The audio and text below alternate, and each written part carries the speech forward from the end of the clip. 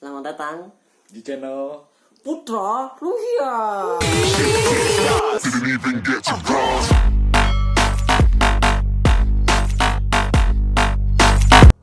Halo guys, kembali lagi di channel kami. Di channel ini kami masih ingin akan menceritakan cerita mistis dari Ai dan Luis.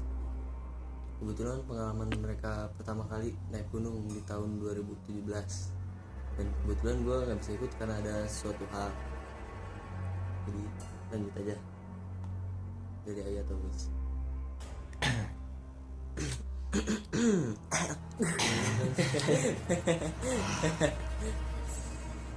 ya betul. Lo itu nggak ikut ya? Padahal seru ya bisa. Seru parah. Ya bisa gue juga menyesal. Next ya, selamat. Nanti harus ikut ya. Naik gunung lagi seru tahu. Iya tahu. Jadi waktu tahun 2017. Jadi masih panas ini. Iya parah. Oh benar jadi Tutup jendelanya. Jadi ngomong-ngomong pernah aing. Gitu tadi. Maaf Guys. guys. Nah, nih mah. Rokok teh pas mulai dibuang ke soca gitu. Jadi enggak. Ya lanjut atuh cerita. Jadi waktu tahun 2017 Bulan Juli. Nah, rencananya tadinya kita bertiga mau naik gunung ke Gunung Gede, ngikut sama saudara gue ya, Dika namanya. Jadi Dika ada rencana buat naik gunung sama teman SMA-nya. Tadinya kita bertiga mau ikut, cuman karena si Kama ada urusan, nggak bisa ada urusan. Akhirnya kita berdua yang ikut ya. Jadi waktu itu yang berangkat 11 orang ya. 11 orang dan semua itu rata-rata pendaki pertama yang baru pertama kali naik gunung. Nah, kita berangkat dari sini ke Cibodas, kita naik jalur Cibodas. Dari sini jalanan naik motor kurang lebih sejam setengah. Kita berangkat jam 10 malam, jam setengah 10 sampai jam 11 ya. Sampai Cibodas. Tadinya kita mau naik jam 3 subuh ya. Niatnya jam 3 subuh kita mulai nanjak. Cuman karena disimangsinya melarang buat berangkat subuh, Jadi kita berangkatnya kan. Betul. Ya, jadi kita tidur dulu di base camp, tidur dulu di bawah gitu, masih di Cibodas, di tempat pusat oleh-oleh gitu ya. Kita tidur dulu dan kita pagi buat siap-siap buat nanjak gitu. Kita berangkat dari Simaksi itu pukul 11. Kita berangkat 11 orang berangkat sampai jembatan Panyancangan itu jam 1 kurang, jam 12 lewat.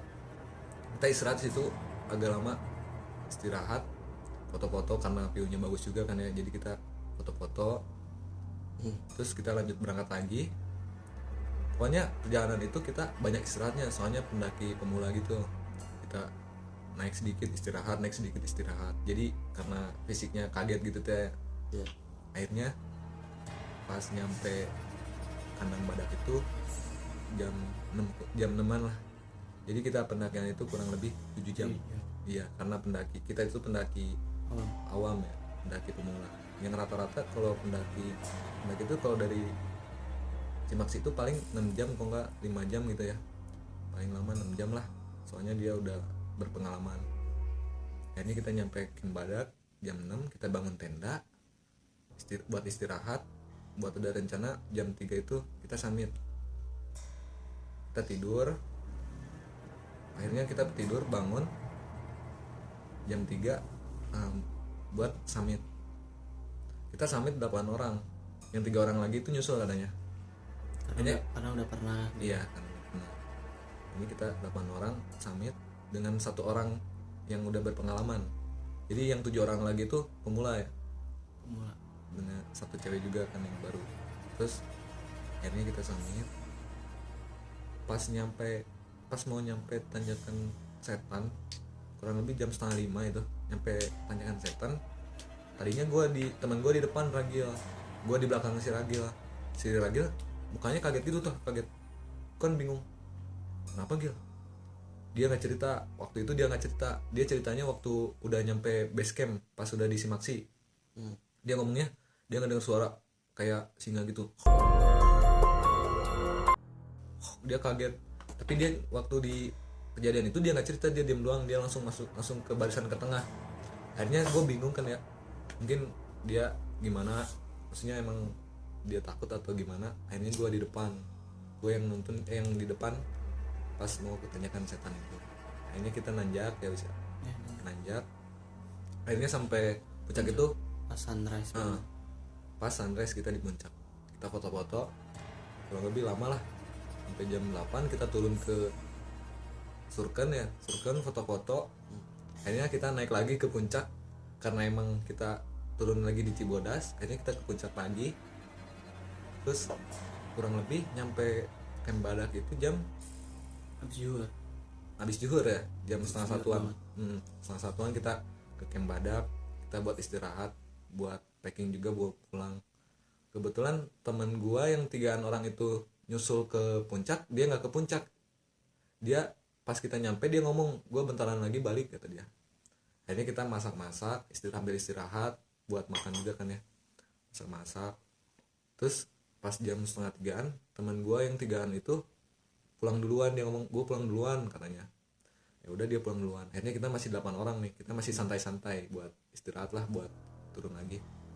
Yang niatnya tadi kita turun jam 4-an ya, karena jam 4 itu masih hujan. Akhirnya kita nunggu hujan reda itu, hujan reda dulu. Pas jam setengah 6 hujan masih nggak reda. Akhirnya kita lanjut buat berangkat. Jam setengah 6 itu kita hujan-hujanan gitu, pakai jas hujan, mau nggak mau bablasin. iya mau nggak mau. Akhirnya kita turun, pas nyampe Camp Batu itu jam 6 lewat lah, Camp Batu. Akhirnya kita istirahat di air terjun air panas itu sekitar jam setengah 7-an kita nyampe terjun air panas setengah 7-an. Kita istirahat di situ sampai bersih dulu lah.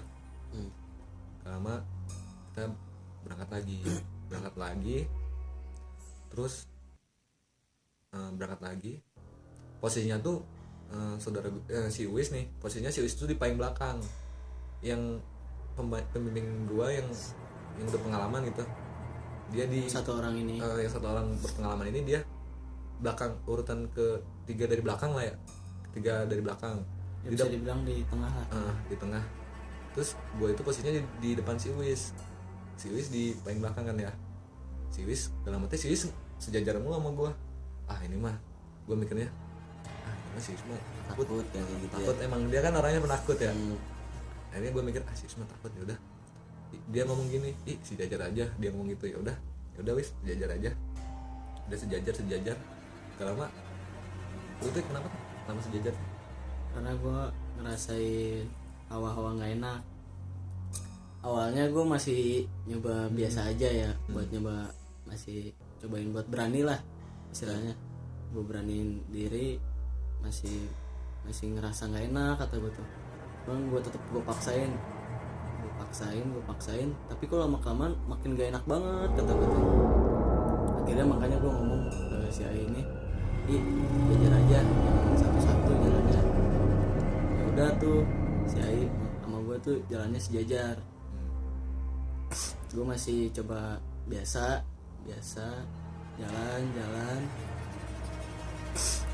Singkat cerita, gak lama gue rada merhatiin jalan kan. Kok kata gue makin gak enak tuh posisinya, makin gak enak. Terus gak lama gue langsung ngomong ke si Ai, pindah ke depan aja yuk, posisinya jangan paling belakang kata gue tuh. Ya udah pindah tuh sama temen gue, tukeran sama pemandu yang udah pernah naik gunung itu, yang satu orang dia posisinya jadi di belakang. Nah gue sama si Ai ini di tengah-tengah. Terus gue jalan lama kelamaan gue merhatiin jalan, gue ngomong ke si Ai, udah dari pas hawa nggak enak itu gue langsung ngomong,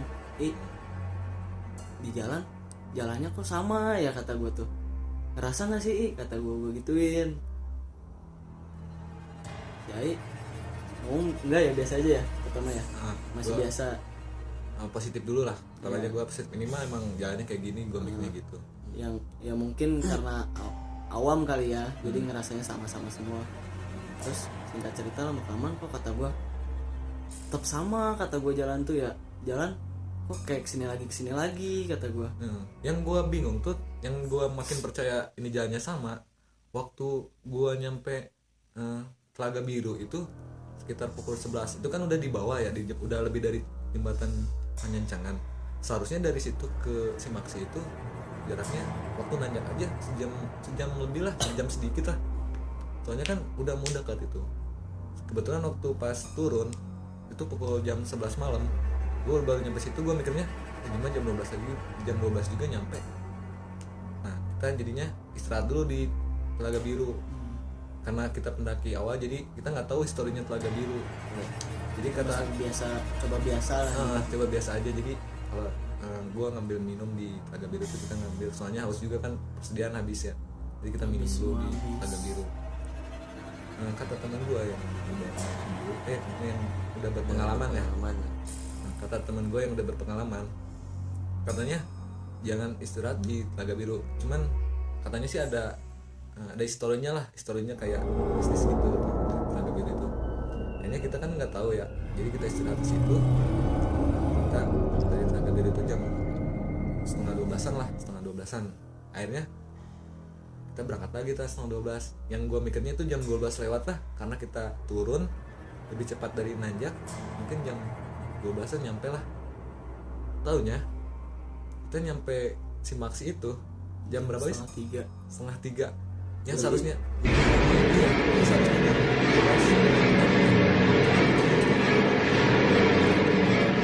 Pas Telaga Biru itu kan jalannya lumayan gede nih.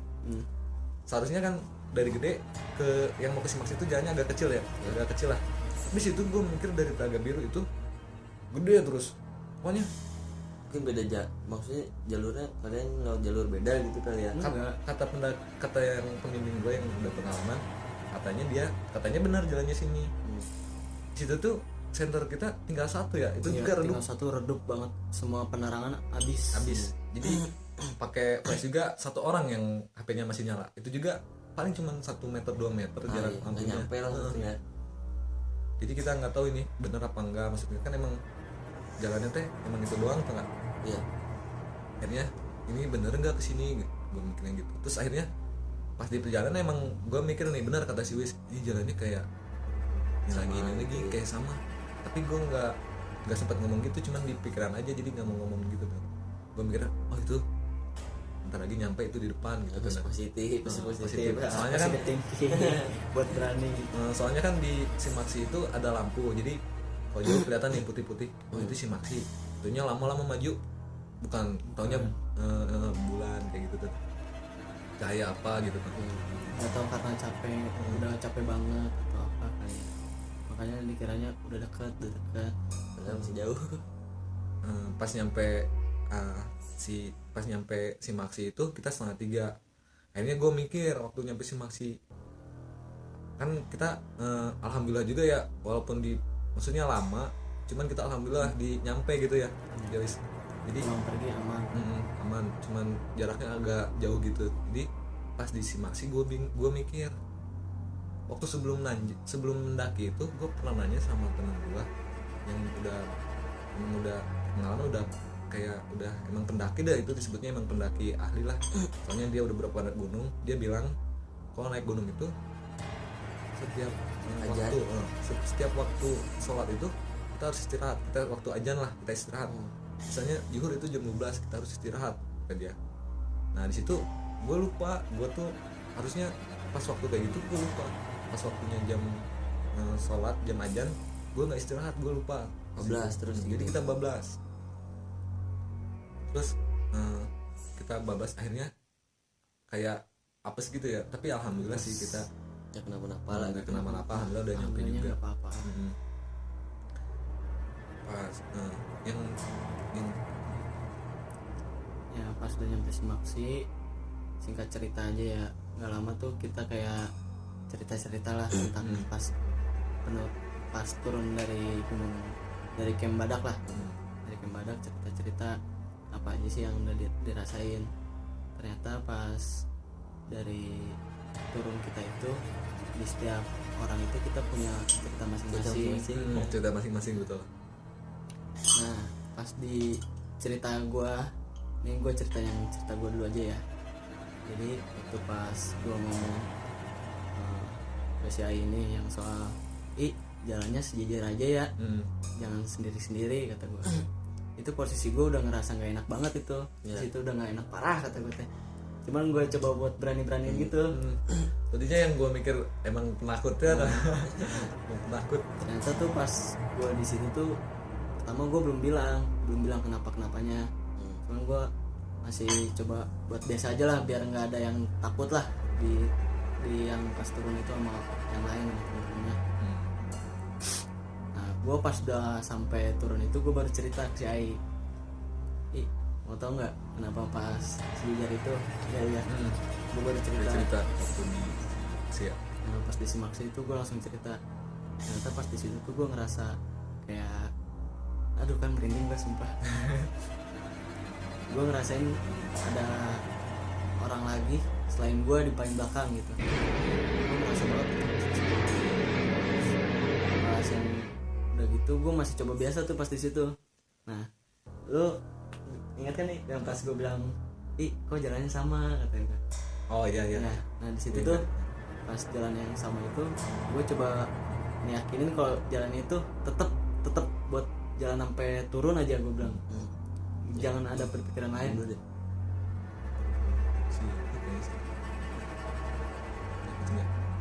Gitu ya.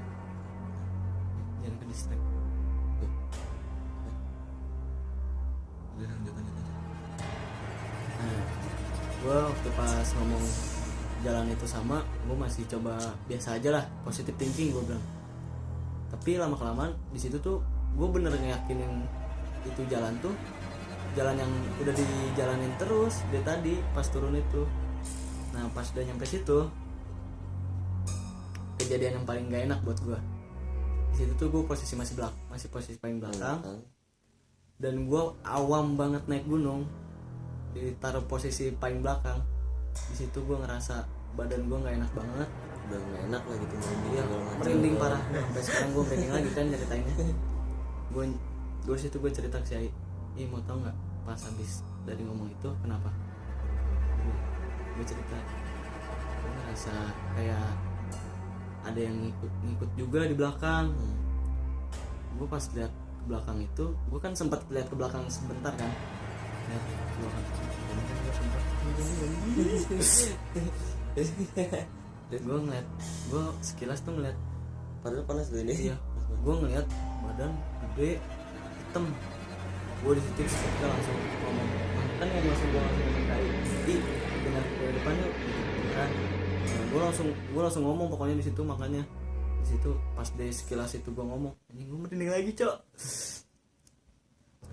Itu sumpah, gue ngeliat badan gede banget itu di belakang gue percis. Yang sama gitu, yang sama sosok yang sama gitu. Iya, itu masih sosok yang sama tuh.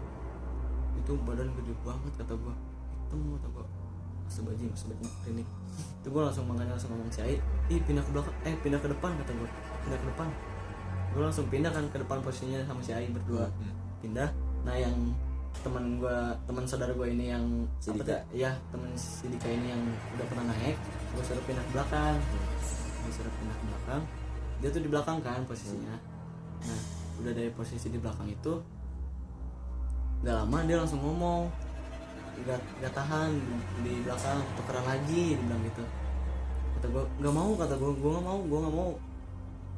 Nah gak lama dari situ gue masih jadi kayak di pertengahan jalan tuh gue berdebat sama dia, atur posisinya.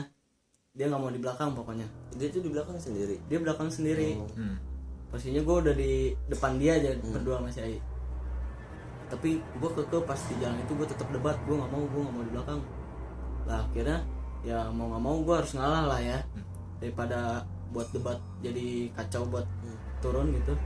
Udah tuh kata kata gue, lu kenapa bego, gue bilang gitu. Kan salahnya gue waktu di situ nanya langsung. Udah gitu kan kalau naik gunung itu nggak boleh ngomong kasar kan ya. Di situ gue udah ngomong kasar ke yang temennya si Dika ini. Dia katanya ngomong bukan ngelihat ya, pertama tuh dia ngedengar ada suara langkah kaki di belakang dia.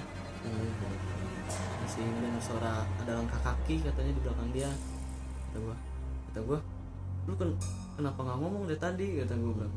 Udah kesel gitu Iya, kan. gue udah posisi kesal banget lah di situ sama dianya karena adu debat itu. Gue udah biasa aja. Tuh kata gue, ya mau nggak mau udah diceritain gitu, ya gue harus terima dong paling belakang lagi, kata gue. Dia cerita itu pertama ngedengar suara langkah kaki, terus kedua dia cerita kalau dia di belakang itu nggak sendiri. Rasanya di situ seketika gue yang paling belakang merinding, langsung nggak mau paling belakang. Jadi tapi intinya tuh kalian tetap ke belakang lagi kan? Iya, terus sejajar. Sejajar tetap di belakang lagi. Oh, kayaknya karena kita dijauh, maksudnya kayak kita dijauhin mungkin ya. Iya. Kayaknya kita ada yang merasa gitu. Iya. Mungkin tangannya ada yang ke tangga. Iya, kayaknya gitu ya. Kayaknya gue sih waktu pas itu, soalnya gue masih awam ya, nggak tahu aturan naik Mungkin gunung gitu. karena hilap gitu ya. Ya hilap karena debat Kesel juga. ya, kesel. Jadi gangguannya adalah pokoknya mah yang bikin kita harus melanggar gitu ya. Ya terus udah gitu gue ngerasa ya pas di situ tuh paling belakang tuh udah nggak enak, kata gue sama sekali.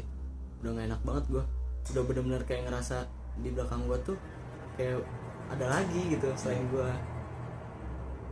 Terus nggak lama tuh di pos terakhir pas kita turun, tau kan yang di pos kita istirahat.